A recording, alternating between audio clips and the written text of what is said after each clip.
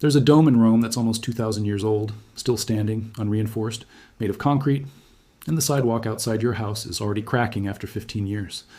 That's not a coincidence. That's a choice someone made, and I'm going to show you exactly what it was. Here's the problem. Nobody explains to you at the hardware store. You pour a slab, and within a decade, you've got hairline cracks. Within 2 decades, spalling. Within 3, you're paying a contractor a few $1,000s to rip it out and start over.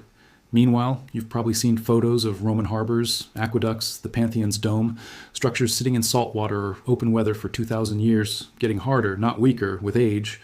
Modern concrete is engineered to a design life of around 50 years. Ancient concrete, in some documented cases, is still improving after 2 millennia. That gap should bother you more than it does.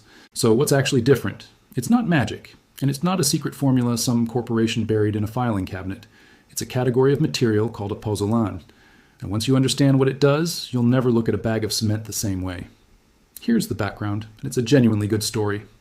Around the Bay of Naples, the Romans had access to a volcanic ash they called pulvis putiolanus, named after the town of Puteoli. They mixed this ash with lime, and when it hit seawater, something remarkable happened. Modern researchers analyzing Roman harbor concrete have found it contains a rare mineral called aluminous tobermorite, which actually grows and strengthens the concrete over centuries as seawater percolates through it. The material was designed, essentially by accident of chemistry, to heal and reinforce itself over time. The Romans didn't know the chemistry. They knew the ash worked, and they used it everywhere, piers, domes, aqueducts, for 400 years, until the empire that maintained those supply chains and building knowledge collapsed, and the technique was largely lost to Western Europe for over 1,000 years. Now here's the simple science, and this is the part that actually matters for you. Ordinary Portland cement hardens by reacting with water, but that reaction leaves behind a weak, soft compound called calcium hydroxide, sitting inside the concrete. That leftover compound is basically dead weight. It doesn't add strength, and worse, it's chemically vulnerable. It reacts with water, salt, and carbon dioxide over time, which is exactly what lets cracks start and spread.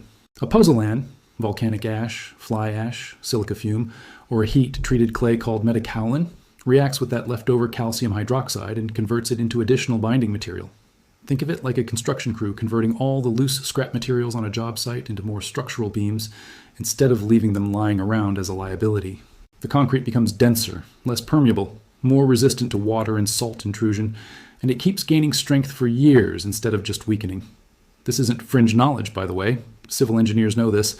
Fly ash and silica fume are already blended into huge amounts of commercial and infrastructure concrete today. Bridges, dams, marine structures. Where it gets interesting is metakaolin, made by heating kaolin clay to a specific temperature range, which produces an even more reactive pozzolan. A French materials scientist named Joseph Davidovits spent decades studying this family of chemistry, what he called geopolymer concrete, and even proposed, controversially, that some ancient Egyptian structures may have used cast geopolymer-like materials rather than purely quarried stone. That theory remains debated and far from proven in mainstream Egyptology, but his broader work on geopolymer binders is real, peer-reviewed, and still actively studied. So if this stuff works, why isn't every driveway in America poured with it? This is where the real industry story kicks in, and it doesn't need a conspiracy to be interesting. Portland cement production is a massive, established global industry.